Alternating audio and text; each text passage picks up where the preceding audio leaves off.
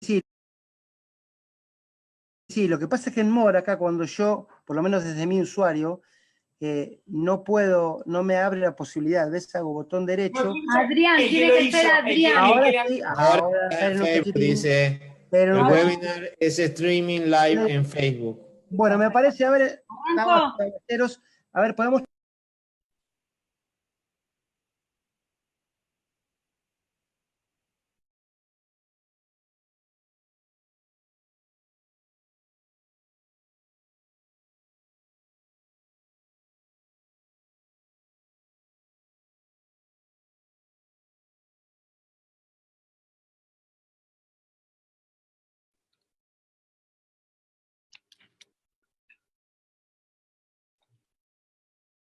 Qué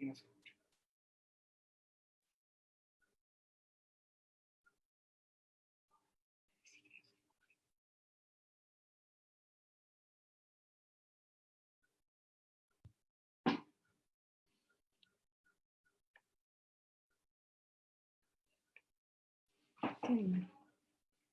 Qué lindo, qué lindo.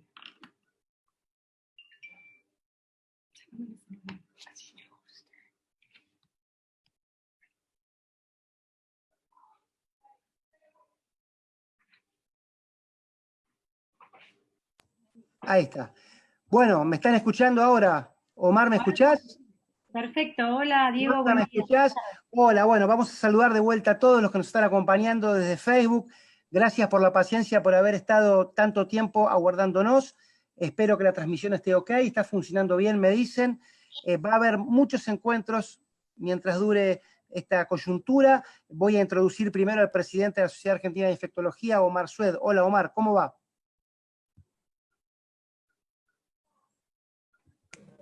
Hola, ¿qué tal? ¿Cómo están todos? Un gusto que estemos acá. Perdón la demora, lo hacemos cortito, empecemos directamente. Un abrazo grande. Adelante, Wanda Cornisten, entonces, con tu presentación, por favor. Perfecto, buenas tardes a todos. Mi nombre es Wanda Cornisten, yo soy miembro de la Comisión de Infecciones Asociadas al Cuidado de la Salud y Seguridad del Paciente de SADI y miembro también de la Comisión Directiva. También pertenezco al Comité de Infectología Crítica de la SATI y soy la jefa del Servicio de Prevención y Control de Infecciones del Hospital Universitario Austral. La idea de hacer esta reunión virtual es para poder actualizar o por lo menos mostrarles unas recomendaciones que hicimos interinstitucionales, de los cuales participaron sociedades científicas, participó SADI, por supuesto en nombre de IACS, SATI, ADESI y el INE en representación también del Ministerio de Salud de la Nación. Este documento está libre en acceso por la página de SADI y al alcance de todos los que quieran leerlo. Lo que vamos a trabajar fundamentalmente es en la prevención y control de infecciones por COVID-19. Cuando hablamos de esto, hablamos de tres cosas. ¿Cuál sería el objetivo de esto? Es limitar la transmisión interhumana, reducir infecciones secundarias y prevenir la transmisión tras eventos de ampliación o lo que se llama superspreading. O sea que todas las estrategias que van a escuchar va a ser para cuidar al paciente, para cuidar a los pacientes entre sí y para cuidar también al personal de salud de que no contraiga esta infección. En principio, y voy a volver a este concepto varias veces, tenemos que tener en claro cómo se transmite el virus. Esto no es el sarampión ni es la tuberculosis, es un virus que se transmite a través de gotas. La transmisión por gotas se da cuando uno estornuda, cuando uno tose, cuando uno habla y salpica estas gotas, y es contacto directo cuando tomo contacto con esas gotas, o es contacto indirecto cuando toco alguna superficie donde quedaron alojadas estas gotas y a través de mis manos y tocarme la nariz, la boca o los ojos, lo llevo hacia mi cara. O sea, todas las medidas que vamos a hablar de protección tienen que ver con la forma de transmisión. Si no tenemos en cuenta esta forma, es difícil aplicar las medidas en los distintos entornos. Hay tres puntos claves que uno tiene que pensar cuando piensa en prevención y control de infecciones y hablando puntualmente de COVID. Las modificaciones edilicias son uno muy importante y ahora lo vamos a desarrollar, las normas y procedimientos y la implementación del equipo de protección personal. Cuando hablamos de modificaciones edilicias, hablamos de barreras físicas. Por ejemplo, si nosotros tenemos un administrativo, que es el que el primero va a tener contacto con el paciente, que no tiene una protección, por ejemplo, una ventanilla o una ventana, probablemente necesitemos transformar ese espacio para que el administrativo, que es el primero que va a tomar este contacto, esté protegido. Esas son modificaciones edilicias que vamos a tener que hacer. También tenemos que tener en cuenta las salas de aislamiento, qué características tienen, que haya aireación. Siempre me preguntan qué significa una buena aireación. La realidad es que uno quisiera tener presión negativa en las habitaciones, teniendo en cuenta que cuando uno tiene esa presión negativa, los virus en general quedan en la habitación y no salen hacia afuera, pero sin embargo no todos los establecimientos cuentan con estas habitaciones, y en este caso lo que dice el CDC, la Organización Mundial de la Salud, es poder tener una aireación, aunque sea unidireccional, hacia afuera de cualquier lugar a donde estén los pacientes aislados. Todo lo que es edilicio requiere de una colaboración institucional, por lo tanto hay que ponerlo en agenda, hay que ponerlo y desarrollarlo, porque de esto dependen también las estrategias de prevención. El segundo punto son las normas y procedimientos. ¿Para qué sirven? Para minimizar o prevenir la exposición. Es esto de decir, las personas que son casos sospechosos o caso confirmado, no pueden tener visitas, limitar el ingreso del personal. Si nosotros podemos entender o hacer entender de que cuanto más gente entra, más riesgo tenemos de nuestro personal, vamos a entender que estas normas y procedimientos van a ayudar a estandarizar el cuidado de los pacientes. O sea que limitar el ingreso, realizar cohortes para poder llevar a cabo la mayoría de las internaciones que se requieran, y también aplicar los bundles, no solo los bundles de prevención en general, sino los bundles de cuidado de los pacientes. Y en tercer punto, que no es menor, es la implementación del equipo de protección personal, que vamos a verlo, cómo lo vamos a definir, que tiene que ver con los riesgos que tiene cada persona al tomar contacto con estos pacientes, el buen uso del equipo. Sabemos que los insumos son finitos y que los tenemos que cuidar, lo que tenemos que hacer es tenerlos en el momento que los necesitamos para la práctica que queremos llevar a cabo, y por supuesto tiene una parte muy importante la capacitación. Siempre en control de infecciones sabemos que hay que ponerse y sacar los equipos, pero en esta pandemia hay que saber cómo hacerlo. En ese cómo hacerlo tenemos que hacer ejercitación del personal, hacer simulacros, la gente tiene que aprender a ponerse y a sacar el equipo de protección personal, porque esa es la clave del éxito. No así qué me pongo, que ahora lo vamos a hablar, sino cómo me lo pongo y cómo minimizo el riesgo de contaminación. Como recomendaciones generales, todo lo que yo hoy voy a hablar está en el documento que les mencioné, está de libre acceso para cualquiera en la página de SADI, y se basan fundamentalmente de las recomendaciones de la Organización Mundial de la Salud y el CDC. ¿Cuál es el objetivo de todas las recomendaciones? Es evitar la transmisión de virus respiratorios a través del diagnóstico precoz y el aislamiento institucional de los infectados. Es proteger al paciente y al personal de la salud. Por eso decimos que nunca podemos trabajar solos, que necesitamos un comité de emergencia de COVID-19 en cada institución, generar un grupo de líderes donde todos nos alineemos y donde compartamos este camino tan difícil y que podamos delegar funciones para que se lleven a cabo. La prevención tiene 3 puntos importantes. Uno son los circuitos, otro es el diagnóstico y otro lo que tiene que ver con el equipo de protección personal y la higiene, ya sea de manos y ambiental. ¿Qué son los circuitos? Circuitos significa organizar la atención sanitaria. Tenemos que establecer caminos de pacientes con cuadros de infección respiratoria, de lo que le llamamos nosotros de tos, etiqueta de tos, versus el resto de los pacientes. Ya desde el ingreso a la institución hay que establecer 2 circuitos diferentes, donde haya un triage, donde tengamos un espacio para los respiratorios versus los no respiratorios. Esta triage tiene que tener ciertas características. En general en el triage no necesitamos hacerle ningún control específico al paciente, sino más bien desviar la atención a los lugares a donde se puede recibir estos pacientes de la mejor manera o de la manera más segura. Ahí podemos tener salas de aislamiento para aislamiento respiratorio, que si pudiéramos contar con filtro cepa siempre es de buena práctica, digamos, y después áreas de internación. Yo les cuento lo que hicimos en el Austral. Nosotros generamos un espacio que es una carpa, donde se ven los respiratorios o los que reúnen aparte la definición de caso sospechoso, y directamente sin entrar al hospital, la enfermera de triage los deriva a esta carpa, y en la carpa misma, un profesional vestido con el equipo de protección personal hace el examen físico y determina el grado de atención que necesita el paciente. Esta división no es que uno necesite una carpa, pero sí necesita un circuito, una línea donde los pacientes no se mezclen. Desde ya en el primer contacto, el paciente en la parte administrativa, cuando hace un ingreso administrativo en las áreas privadas, y en el caso del público, cuando toma contacto con la atención de salud, cualquier paciente que tose debe colocarse un barbijo para evitar la diseminación a través de sus gotas de la enfermedad. Entonces ya tenemos un paciente cubierto con un barbijo quirúrgico y que va a poder ser asistido en un espacio específico para este tipo de pacientes. Como acá dice la sala de aislamiento, deberá constar de al menos un ambiente bien ventilado, idealmente la presión negativa, restringir el ingreso de personal y visitas, mantener la separación espacial. Uno puede tener una carpa grande con varios pacientes, la mínima distancia entre pacientes es 1 metro, y uno debería guardar esa distancia para evitar la contaminación cruzada entre los pacientes, y gestionar la cantidad suficiente y la continuidad de los insumos. ¿Qué significa insumo suficiente? Lo pongo en agenda porque sé que muchos de nuestros colegas, muchos estamos preocupados por este tema. La verdad que hay 3 puntos esenciales que tenemos que todos como país luchar, que es tener dispositivos para la higiene de manos, que es agua corriente y jabón, desinfectante en base de alcohol para las manos y toallas de papel de uso único para poder hacer la buena técnica y la buena higiene de manos, equipos de protección personal para atender a los pacientes, que son barbijos, quirúrgicos y N95, camisolín, guantes y protección ocular, y por supuesto equipo de protección personal para la limpieza y la recolección de residuos.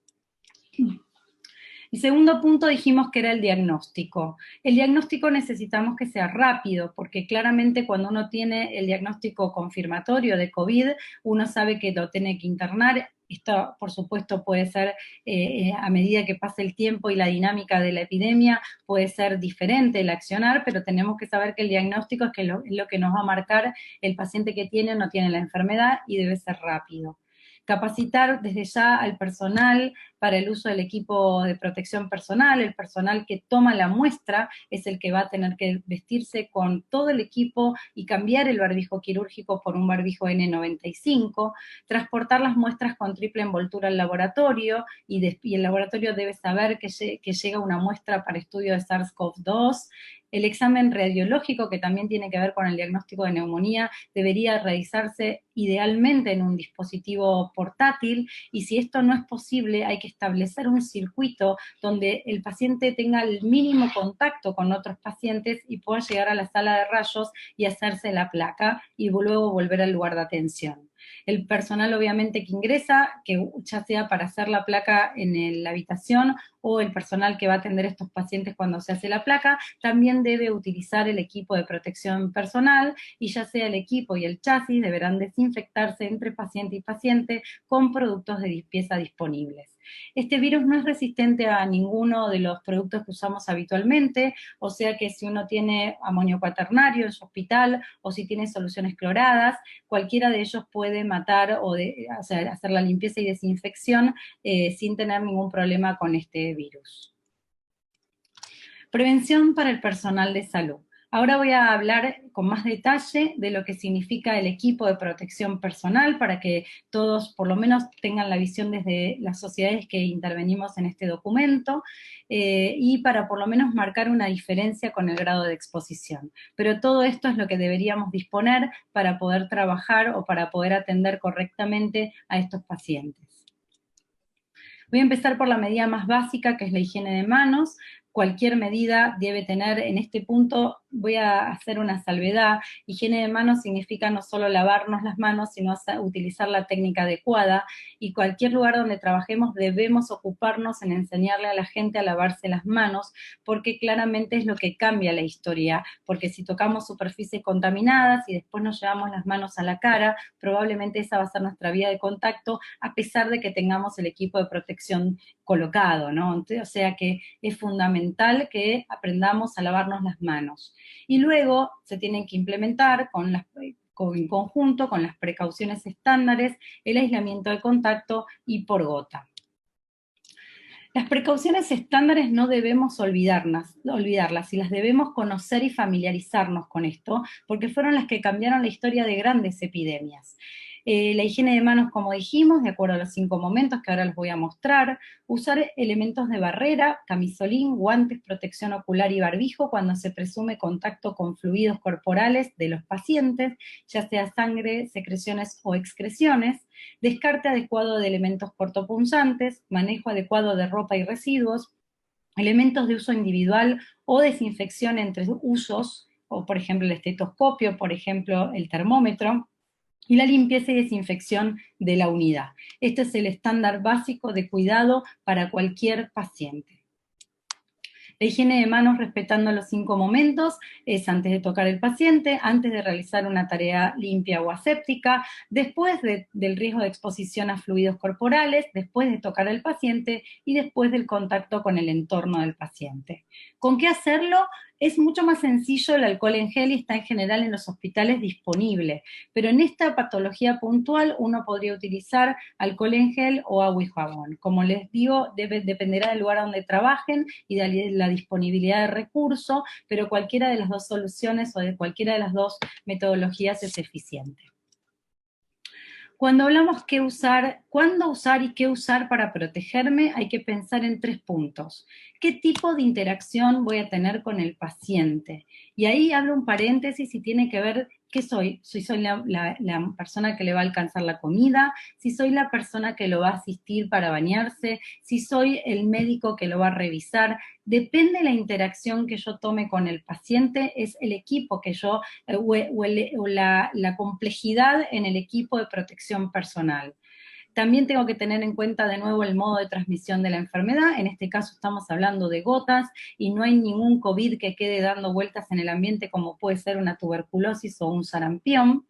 Y también la cantidad de fluido corporal que se generará cuando yo voy a tomar contacto con el paciente. Si uno le va a tomar los signos vitales y nada más en un paciente que está estable y en general es un tosedor, pero un tosedor controlado, o sea que el paciente puede medir el momento o cuidarse al toser, la verdad que la exposición a fluidos es mínima. En cambio, si yo voy a ser la persona que voy a intubar al paciente, lo más probable es que tenga un gran contacto con los fluidos del paciente.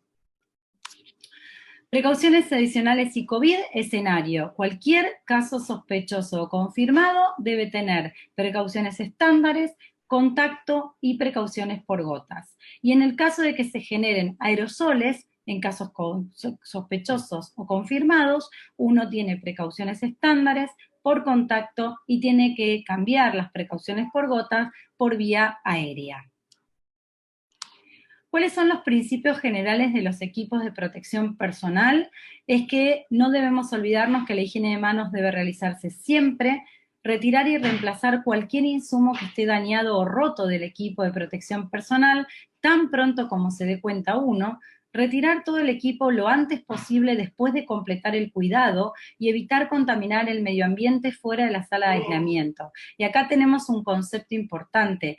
Todo el equipo uno lo tiene que retirar antes de la salida de la habitación del paciente o antes de la salida de la sala donde están los cuidados, para minimizar la contaminación fuera de ese sector.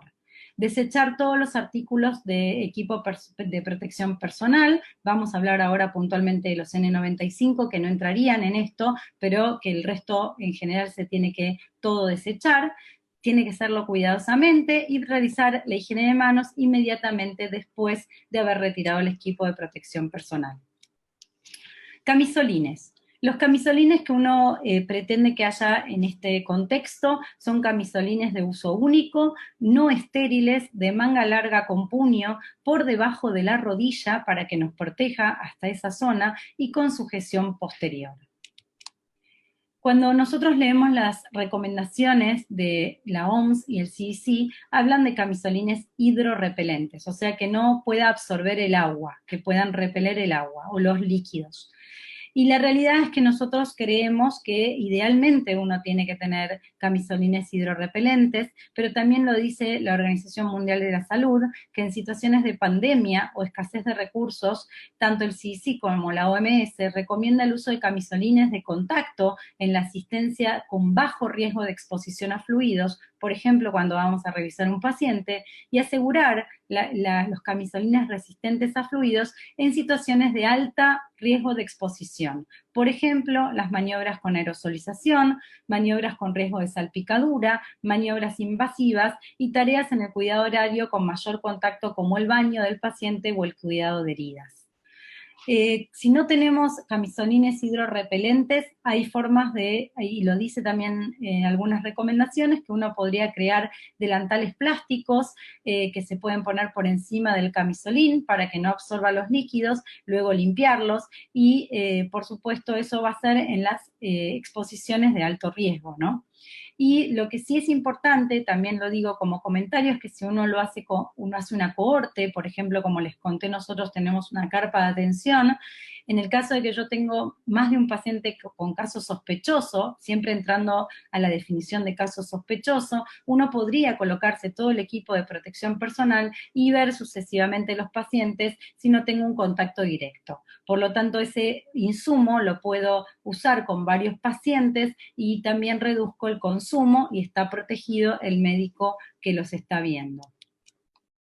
El barbijo N95. El barbijo N95 en general es un dispositivo que se usa en la cara, que tiene que cubrir al menos la nariz y la boca, y se usa para reducir el riesgo del usuario de inhalar partículas peligrosas en el aire, gases o vapores. En general se utiliza para el aislamiento que se transmite a través de vía aérea, y en el caso de aislamiento por gotas, se lo utiliza cuando yo voy a hacer medidas o maniobras de generación de aerosoles, como dijimos, aspiración de secreciones en circuitos abiertos, toma de muestra de hisopado nasofaringio, el esputo inducido, que no se sugiere para nada, pero sería una práctica que aerosoliza, traqueostomía, ventilación manual, ventilación no invasiva con presión positiva, ventilación invasiva de alta frecuencia, la higiene bucal, la fibrobroncoscopía.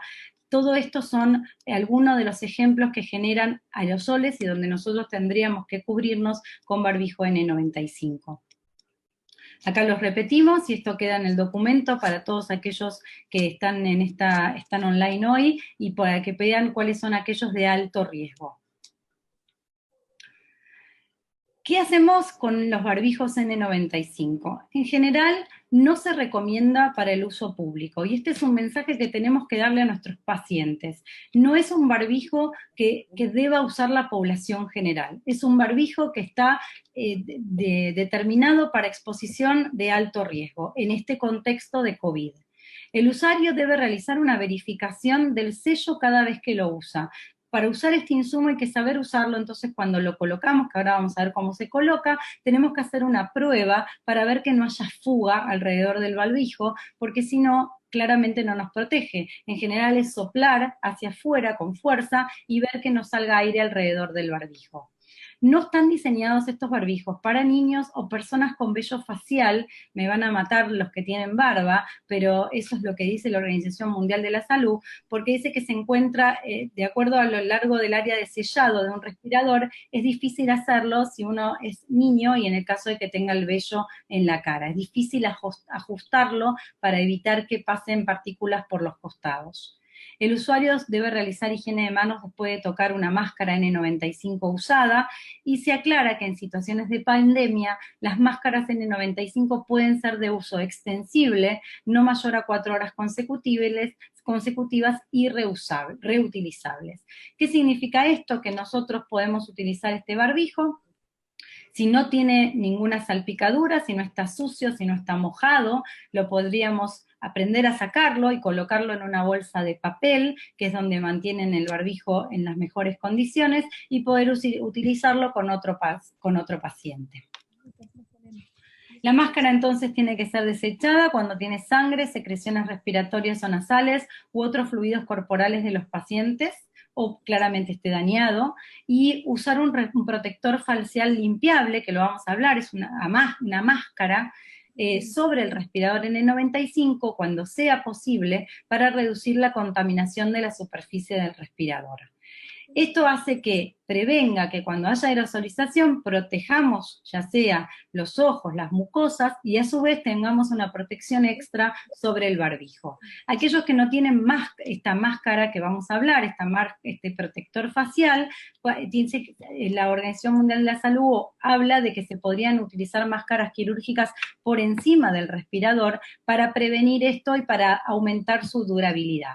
Nosotros desde la SADI creemos que lo ideal es tener un protector facial limpiable que nos protege todas las mucosas, en este caso, y aparte protege el N95. Colgar los respiradores usados en un área de almacenamiento designado o mantenerlos en un recipiente limpio y transpirable, como la bolsa de papel, y minimizar, por supuesto, la posible contaminación cruzada, almacenando los respiradores para que no se toquen entre sí y la persona que usa el respirador esté claramente identificada. Los contenedores de almacenamiento claramente deben desecharse o limpiarse regularmente. El barbijo quirúrgico, en general, es la prevención habitual que utilizamos para cualquier enfermedad que se transmite a través de gotas. También lo usamos para el personal de salud que evalúa un caso sospechoso, ahora lo vamos a ver los distintos escenarios, y también para el paciente con fiebre y síntomas respiratorios. Acá tenemos el listado de todas las enfermedades que se utiliza el barbijo quirúrgico, pero recuerden el personal de salud, que está en el caso de la evaluación del caso sospechoso, y pacientes con fiebre y síntomas respiratorios. ¿Qué tenemos que saber de este barbijo? Que no se usa arriba de la cabeza, como lo vemos siempre en muchas de las películas, sino que lo tenemos que colocar adecuadamente, las tiras tienen que estar paralelas, una por encima de la oreja y otra por debajo. En general tiene que colocarlo adecuadamente y en la zona de la nariz aprisionarlo para que quede adaptado a nuestra nariz, al igual que hay que hacerlo con el N95, no requiere prueba de fuga, son de uso único, exclusivo y descartable, cada vez que lo usamos lo tendríamos que tirar, y realizar, por supuesto, la higiene de manos antes del descarte. Al retirarlo no toque la superficie externa, desate los lazos inferiores, luego los que están en la parte superior, y quítelos sin tocar la frente. Nunca en los barbijos ni en el N95 debemos tocar la parte externa del barbijo porque es la que está más contaminada. O sea, la parte que nos cubre la nariz y la boca no se deben tocar porque es la más contaminada. Todos los casos sospechosos o confirmados de COVID deben estar barbijo quirúrgico al salir de la habitación o al trasladarse en el hospital. Con respecto a las antiparras, tenemos varios modelos de antiparras. En general, y el ideal es que sea contra la piel de la cara, que coapte bien contra la piel, alrededor de los ojos, idealmente con marco de PVC flexible para encajar fácilmente en todos los contornos, con presión uniforme, hermético en los ojos y las áreas circundantes. También tenemos estos lentes que usamos habitualmente, que nosotros llamamos antiparras, que no tienen estas condiciones, y por eso creemos que podemos dar dos funciones diferentes. Cuando uno tiene un alto riesgo de aerosolización, utilizaría los de abajo, los que están bien herméticamente sellados, y los de arriba los utilizaríamos en exposición de bajo riesgo, por ejemplo, cuando vamos a hacer una práctica habitual o para hablar con el paciente o interrogarlo, que son prácticas de bajo riesgo. En ese caso podríamos usar las antiparras comunes. En general el lente tiene que ser transparente, antiempañante, banda ajustable para asegurarse firmemente y lo que sí, ventilación indirecta para evitar que se empañen. Todos estos insumos son reutilizables siguiendo un protocolo de limpieza y desinfección y hay algunos que son desechables, pero eso es a indicación del que los produce y el modelo que ustedes compren. La máscara o protector facial es esto que cubre la boca, la nariz y los ojos. Acá me ven ahí usando uno de los que tenemos en el hospital. Eso está hecho de plástico transparente y proporciona una buena visibilidad. La banda ajustable para sujetar firmemente alrededor de la cabeza y ajustarse cómodamente contra la frente. Tiene que ser antiempañante, preferiblemente, porque si no nos va a impedir hacer nuestra tarea, que cubra completamente los lados y la longitud de la cara. Puede ser reutilizable, de hecho lo es, y uno lo puede limpiar y desinfectar. Hay algunas que son desechables, pero bueno, depende también las que ustedes adquieran. Su uso se reserva para exposición a fluidos y colabora con el cuidado del N95 para poder reutilizarlo. Tanto el CDC como la OMS habla de que uno puede utilizar ya sea la máscara o protector facial o las antiparras, es uno u otro. Lo que nosotros consideramos, y ahora lo van a ver, es que en procedimientos de alta aerosolización, por ejemplo, la intubación de un paciente sospechoso o confirmado, y uno podría usar la doble protección en ojos, ya sea las antiparras y por encima la máscara o protector facial, para también tener una barrera más y proteger el N95 de las salpicaduras o de la contaminación. Las botas y cofias. La realidad es que no son recomendadas por la OMS y es un tema muy controvertido. El SATI participó de este documento, ya están muy a favor del uso de botas y cofia, por eso lo ponemos que es controvertido. Podría tener un lugar para momentos de mayor exposición a fluidos o maniobras de aerosolización. Ojo al retirarlas para no contaminarse y realizar la higiene de manos posterior. No sería necesario utilizar las botas si tengo el calzado impermeable, y esto es un concepto general. En general la gente que trabaja en áreas de críticas debería siempre utilizar calzado impermeable porque siempre están en riesgo de salpicaduras y en riesgo de tener contacto con fluidos. La cofia en general se recomienda para la gente que tiene pelo largo, no hay una recomendación formal ni del CDC ni de la OMS para que uno lo utilice en forma rutinaria, y tanto las botas como las cofias es de un solo uso.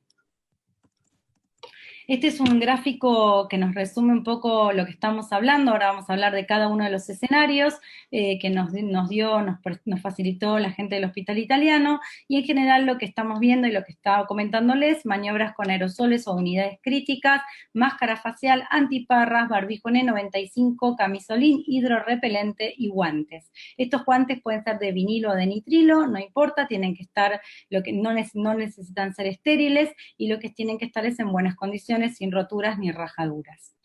En segunda instancia, los contactos con pacientes o riesgo de exposición a fluidos corporales son aquellos que tienen antiparras, barbijo quirúrgico común, camisolín hidrorrepelente y guantes.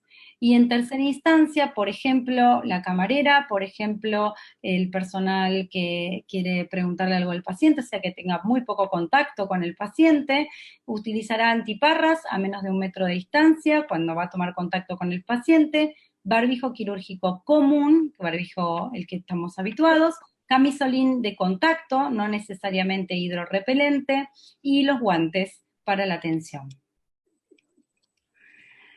Acá quisimos hacer un cuadro, no es nuestro, es un cuadro que ya está promocionado por el CDC, donde habla de qué hace el personal de salud o qué hacen las personas que van a trabajar, qué actividad y qué tipo de equipo tienen que utilizar. Si uno está hablando en un área de habitación del paciente, hablamos del personal de salud y va a atender al paciente con COVID-19 o sospecha, utiliza barbijo quirúrgico, camisolín hidrorrepelente, guantes y antiparras. Y aquellos que tienen que van a hacer maniobras que generan aerosoles con COVID-19, es barbijos N95, el camisolín hidrorrepelente, guantes, antiparras o máscara facial y calzado impermeable. El personal de limpieza de esa habitación, que va a entrar en contacto en la habitación del paciente, debe usar barbijo quirúrgico, camisolín, guantes, antiparras y botas o zapatos cerrados. Acá es donde decimos el uso de estas botas para que no se salpique el personal de limpieza que toma contacto con con agua fundamentalmente. Y los familiares, que como dijimos, restringir las visitas, que no ingrese nadie, pero en el caso que estuvieran, o por ejemplo en el caso de los pacientes pediátricos, que es el cuidador, el que va a estar al lado del paciente, debe usar barbijo quirúrgico, camisolín y guantes. Otras áreas de tránsito, por ejemplo, salas o pasillos, todo el personal, incluida la atención sanitaria, no requiere de equipo de protección personal. Esto lo decimos porque estamos viendo en muchos de los lugares donde trabajamos gente que está con el barbijo paseando por los pasillos, en áreas donde no hay pacientes, incluso internados, y eso no es lo que recomienda la Organización Mundial de la Salud, y nosotros estamos a favor de cuidar los insumos para cuando los necesitemos. No se requiere para caminar por un pasillo ningún tipo de equipo de protección personal. Con respecto al triage, el personal de salud, en general, cuando el examen preliminar no involucra el contacto directo, lo que se sugiere en el triage es mantener una distancia al menos de 1 metro y no requiere equipo de protección personal. Es cierto que si nosotros estamos en contacto con las enfermeras del triage, muchos dicen que en general, si no tengo un vidrio ni nada que nos pare del contacto de esto de 1 metro, el paciente se mueve, se acerca un poco más, la verdad es que podríamos ponerle y le colocamos un barbijo quirúrgico para el lugar a donde están en el triage. Si tuviéramos un vidrio o tenemos una distancia mayor, no necesitarían ni siquiera barbijo quirúrgico. Los pacientes con síntomas en el triage, o sea que no tienen ninguna actividad, mantener esa distancia, y por supuesto el paciente debe vestirse con un barbijo quirúrgico, y el paciente asintomático no requiere equipo de protección personal. Con respecto al laboratorio, el personal de laboratorio, voy a hablar específicamente de aquellos que toman las muestras. Ese personal debe usar, acá hay un error, pero es el personal que toma las muestras, debe usar el barbijo N95, como lo mencionamos, y aquellos que manipulan muestras, barbijo quirúrgico, camisolín, guantes y antiparras. En las áreas administrativas, ningún personal requiere de equipo de protección personal. Esto es una guía. Yo sé que hay áreas administrativas que toman contacto muy estrecho con los pacientes. Lo que nosotros en el hospital decimos es aumentar la distancia, y estamos estableciendo medidas de cuestionario o a preguntarle al paciente, y mismo de carteles, donde el paciente mismo que tenga síntomas respiratorios no llegue a áreas donde no debe estar, sino que siga los circuitos habituales de atención de paciente con cuadro respiratorio. Áreas fuera de la internación, ¿qué pasa con consultorio externo? Con respecto al personal de salud, si la actividad que va a hacer fue ese examen de pacientes con síntomas respiratorios, se tiene que colocar barbijo quirúrgico, camisolín, guantes y antiparras. Si lo que va a hacer examen de pacientes sin síntomas respiratorios, no utiliza las precauciones estándares según riesgo de actividad. O sea, esto significa aplicamos, si yo voy a hacer una curación de heridas, puntualmente en ese contexto me tengo que colocar el camisolín y los guantes, en el caso de las precauciones estándares, pero no por una precaución debido a la diseminación o debido a la forma de contagio, sino porque son las medidas estándares. Pacientes con síntomas respiratorios, si no tienen ninguna actividad en consultorio, hay que darles un barbijo quirúrgico, y el paciente sin síntomas no requiere equipo de protección personal. ¿Qué pasa con la limpieza? Antes y después de la consulta de pacientes con síntomas respiratorios deben colocarse barbijo quirúrgico, camisolín hidrorrepelente, guantes antiparras, botas o zapatos cerrados. Las salas de espera, pacientes con síntomas respiratorios, que nosotros ya sabemos y dijimos que le tenemos que dar un barbijo quirúrgico, moverlos en una zona de aislamiento y separarlos del resto, y si no es factible, mantener al menos 1 metro de distancia entre paciente y paciente. Y los pacientes sin síntomas no requieren ningún equipo de protección personal. En áreas administrativas, todo el personal, incluyendo el personal de salud, no requiere el uso de ningún equipo de protección personal, y en el área de triage, lo que dijimos, mantener la distancia, tratar de, si no examina, no colocarle el equipo de protección, y si no tenemos ninguna medida de protección al personal, le colocamos el barbijo quirúrgico a la persona que hace el triage. ¿Qué pasa con el personal administrativo? Dijimos, en los puntos de ingreso no requiere nada, en general tratemos de que tengan una separación física, y en el caso de las ambulancias, que hemos visto tantas imágenes que a nosotros nos pone mal, porque en general no son las que se recomiendan desde la Organización Mundial de la Salud, no se recomienda la vestimenta de ébola para estos cuadros, sino que solamente es barbijo quirúrgico, camisolín hidrorrepelente, guantes y antiparras. El chofer, como mantiene una distancia y si no toma contacto no requiere equipo, y si toma contacto le vamos a poner el mismo equipo que utiliza los miembros de salud o el equipo de salud. Los pacientes con síntomas sospechosos deben usar un barbijo quirúrgico y la limpieza con las mismas recomendaciones que hablamos previamente. No es menor, quizás es lo más importante, es cómo nos ponemos y nos sacamos el equipo de protección personal. Lo digo porque ahí es donde tenemos el mayor error y donde se vio, donde más gente también se contagia del personal de salud.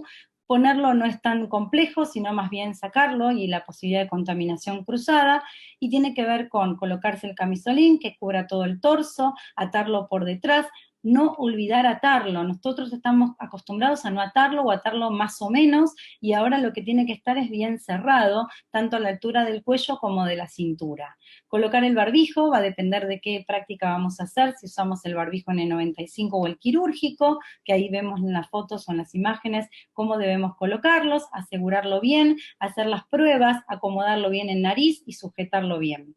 Luego vienen las antiparras o la máscara facial, dependiendo de la actividad que vamos a hacer, y como les comenté, una excluye la otra, y salvo en estas situaciones que dijimos, que no tengamos antiparras que se fijen bien a la zona alrededor del ojo, entonces en ese caso podríamos usar ambas juntas, pero es en casos de alta aerosolización. Y por último, los guantes que se extienden para que cubran el puño de la bata de aislamiento. Con respecto a la técnica de extracción, no hay una sola, hay varias. Yo les voy a mostrar una que publica el CDC. Nosotros en el hospital ahora les cuento cómo lo hacemos, porque hacemos en vez de 2 pasos 1, pero básicamente lo que hice es retirar los guantes, higienizarse las manos, luego retirarse lo que es las antiparras o la máscara facial, los guantes con la técnica de no contaminación, la que usamos siempre para no tocar las superficies, o sea, de tal manera de que no tomamos contacto con la superficie contaminada, luego la higiene de manos, luego las antiparras o la máscara facial, luego el camisolín de atrás hacia adelante y en forma de rulo, lo que le decimos, lo vamos agarrando de la zona más limpia y lo vamos enrollando sobre la zona más contaminada, luego el barbijo, y la higiene de manos. Nosotros en el hospital lo que hacemos es en un solo paso, esto estamos hablando de cuando utilizamos un solo guante, hay técnicas diferentes cuando utilizamos doble guante que se usa exclusivamente para la intubación, porque luego de la intubación los guantes están muy contaminados y se usa para meter la rama del laringo dentro de los guantes y minimizar la contaminación, sino esto casi siempre se usa guante de un solo par de guantes, y uno puede hacer estos pasos o también puede sacarse el camisolín y los guantes en un solo paso, ya que los guantes están colocados por encima del puño, uno puede de atrás hacia adelante sacar las ataduras del camisolín e ir enrollándolo hacia adentro, dejando la superficie limpia hacia afuera y enrollando hacia adentro la superficie más contaminada hasta llegar a los guantes y desecharlo todo junto. Esto requiere práctica, simulacros y práctica. Con respecto a la limpieza institucional, ¿qué usar para limpiar? Recordar que hoy el hipoclorito de sodio está avalado para la limpieza de superficies hospitalarias y también específicamente para pacientes que tienen, para las habitaciones donde están los pacientes con COVID. Se puede usar a 500 partes por millón, en general no ofrece mayor resultado 5.000 partes por millón, o sea que con 500 a 1.000 es suficiente. En el documento figura la forma que hacemos la dilución. También se puede usar etanol al 70%, iodopovidona al 1%, y amonios cuaternarios, todos son eficaces y eficientes frente a este virus que es lábil a la acción de los desinfectantes. La cantidad de limpiezas terminales, 2 o más, a la salida del paciente de la internación. Se dice que uno debería esperar 2 horas hasta volver a poner un paciente en esa habitación, y que ese tiempo se puede reducir si yo voy a internar otro paciente que tiene la misma patología, en este caso es un caso sospechoso o confirmado de COVID. Y el doble guante lo usamos para en realidad doble guante de látex para la limpieza, y el doble guante lo estamos usando para el momento de la intubación. En resumen, y para terminar, espero que esto haya servido. Esta es una recomendación de ADESI, INE, SADI y SATI. Tenemos algunas consideraciones más en el documento que tienen que ver con pediatría, con terapia intensiva, con la ropa del personal, que me voy a tomar un segundito para hablar de eso, porque sé que hay mucha preocupación entre los colegas. La ropa del personal, en general, el personal que toma contacto con fluidos, con secreciones o excreciones, en general está cubierta siempre con el equipo de protección personal, así que deben estar tranquilos. Idealmente uno quisiera que los profesionales de la salud puedan utilizar el ambo dentro de la institución y que la institución lo pueda lavar, pero eso no tenemos disponible en todos los lugares. Lo que les sugerimos es que no seamos, como siempre, andar con ambos en la calle, sino que utilizar la ropa de trabajo dentro del área de trabajo, y luego de la jornada laboral, sacarlo, colocarlo en una bolsa, cerrar esa bolsa y proceder a la limpieza. También en el documento van a encontrar el manejo de residuos, de alimentación, de limpieza y el manejo de cadáveres. En resumen, entonces, para el triage solo requerimos higiene de manos y barbijo quirúrgico si es un triage pequeño, si está a menos de 1 metro, y si no hay ninguna vidrio o ventana que nos pueda parar el contacto directo con el paciente. En el caso de la toma de muestra es higiene de manos, camisolín, N95, antiparras o protección facial y guantes. En el caso de caso sospechoso confirmado de COVID que requiere admisión sin procedimiento que genere la aerosolización, es higiene de manos, camisolín, barbijo quirúrgico, antiparras o protección facial y guantes. Y en el caso de procedimientos que generen aerosoles, que ya los nombramos, es higiene de manos, camisolín, N95, antiparras o protección facial y guantes. Espero que haya sido de utilidad y muchas gracias. Gracias, Wanda, muchas gracias. Vamos ahora a invitar también a que se sumen a nuestros compañeros. Omar Sued, ¿estás ahí? Y ya... Sí, acá estoy. Muchísimas gracias, Wanda. Excelente revisión, excelente trabajo con las sociedades. Gracias, Ángel, también por todo el esfuerzo de la comisión de IACS. En ese sentido, queremos agradecer también a todas las personas que están conectadas. Sabemos que es un tema sensible, sabemos que es un tema difícil de interpretar para mucha gente, y sabemos también que muchas guías dicen cosas diferentes porque consideran también contextos diferentes y situaciones diferentes también. Entonces esto es un gran esfuerzo por tratar de poner en línea la mayoría de los datos que tenemos con las recomendaciones nacionales también, y entonces también es un pedido a las diferentes jurisdicciones, los diferentes distritos, que en vez de continuar en cada institución haciendo lo mismo y volviendo a escribir otra vez las recomendaciones, tratar de ganar ese tiempo utilizando, digamos, los documentos del Ministerio de Salud de la Nación y de SATI, SADI y ADESI, y básicamente adaptar lo mínimo indispensable al contexto que tengan ustedes sin necesidad de tener que volver a revisar toda la información, porque les aseguramos que está revisada al día de ayer o de hace 2 horas seguramente, y sí, tenemos la mejor información. Muchas gracias a todos. Ángel, ¿estás por ahí? Sí, acá estoy. Realmente quería hablar con respecto al esfuerzo que fue y agradecer a INE, a DESI, SATI, porque sé que esto era, como dice Omar, un documento que iba a ser muy sensible.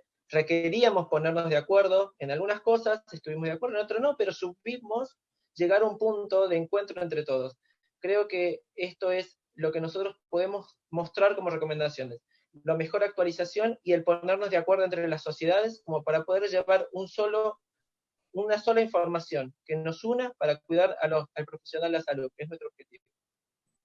Quería agregar, perdón, que siempre cuando uno habla de estas cosas, como lo dijo Wanda también en la charla, uno tiene que balancear la evidencia que tiene, la protección del trabajador de la salud, que es una de las cosas que más nos interesa, y evitar la transmisión, y también los recursos y la disponibilidad de recursos. Entonces, cualquier otra jurisdicción puede decidir aumentar esos estándares mínimos siempre y cuando ese aumento del estándar mínimo no signifique un riesgo para no tener esos recursos cuando realmente los necesitemos, ¿no? Entonces, en ese sentido, también ser a nivel de cada organización, de cada institución, tener en cuenta esos detalles. A veces uno exige, digamos, algunos dispositivos mayores, pero si no son necesarios, los estamos gastando antes de tiempo para cuando realmente se necesita. Wanda, ¿vos querías aportar algo? Sí, no, lo que dice Omar estoy totalmente de acuerdo. Quizás cuando uno dice bajo una recomendación como esta, siempre te preguntan lo mismo, pero ¿vos querés ahorrar o querés protegerme bien? La realidad es que queremos protegerlos bien a todos, y queremos protegerlos bien a todos en todo momento, no ahora y después en un mes no sé con qué lo vamos a proteger, ¿no? Y estas recomendaciones están basadas en la evidencia y en el mecanismo de transmisión y el riesgo de exposición. Y esto es lo que tenemos que transmitir a la gente de los hospitales, porque hay mucha ansiedad, porque hay mucha sensación de incertidumbre, ¿no? Y la idea no es que estamos ahorrando ni que queremos ahorrar, sino que es que usar los insumos como corresponden, de acuerdo a la evidencia y de acuerdo al riesgo individual que tiene cada uno ante la exposición de estos pacientes. Nada más. Ángel, Omar.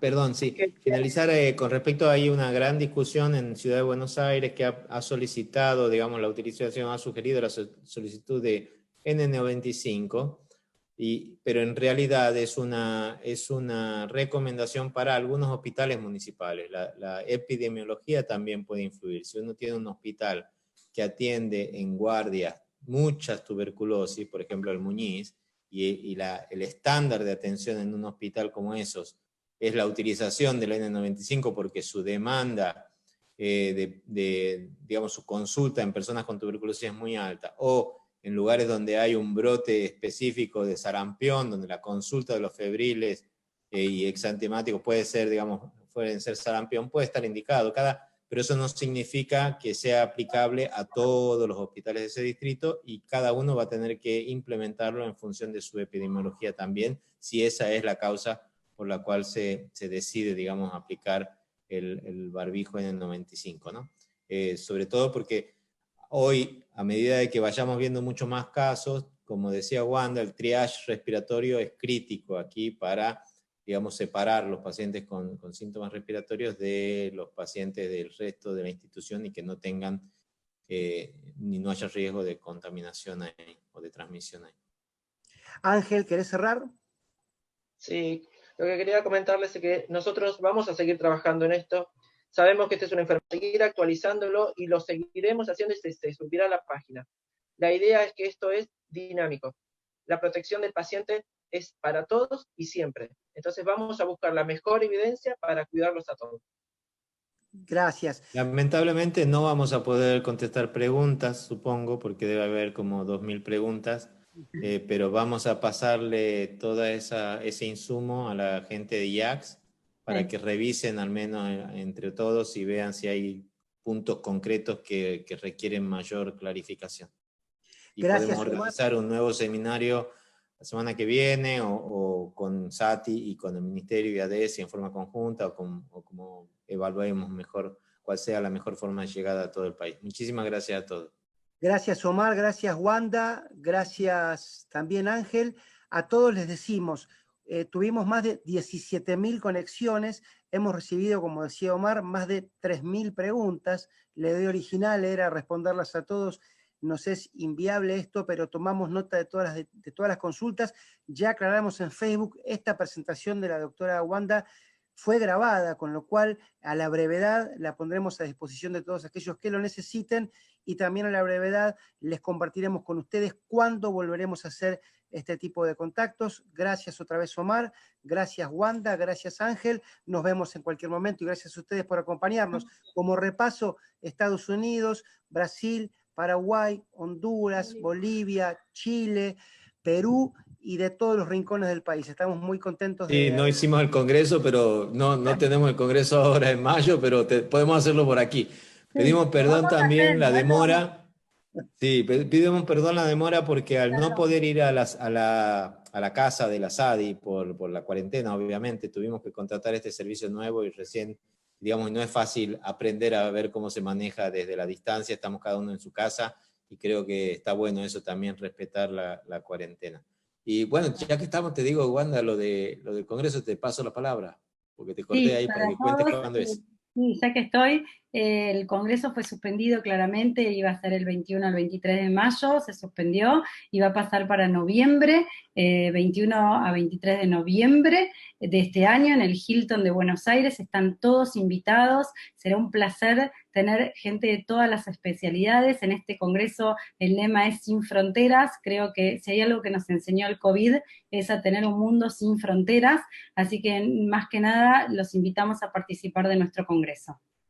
Y si tienen temas para que quieran el próximo webinar, pónganlos también ahí en los comentarios, los vamos a evaluar y trataremos de esta semana organizar el próximo. Muchas gracias a todos. Chao. Muchísimas gracias, hasta luego, buenas noches. Suerte. Gracias, Diego y Adrián. Gracias.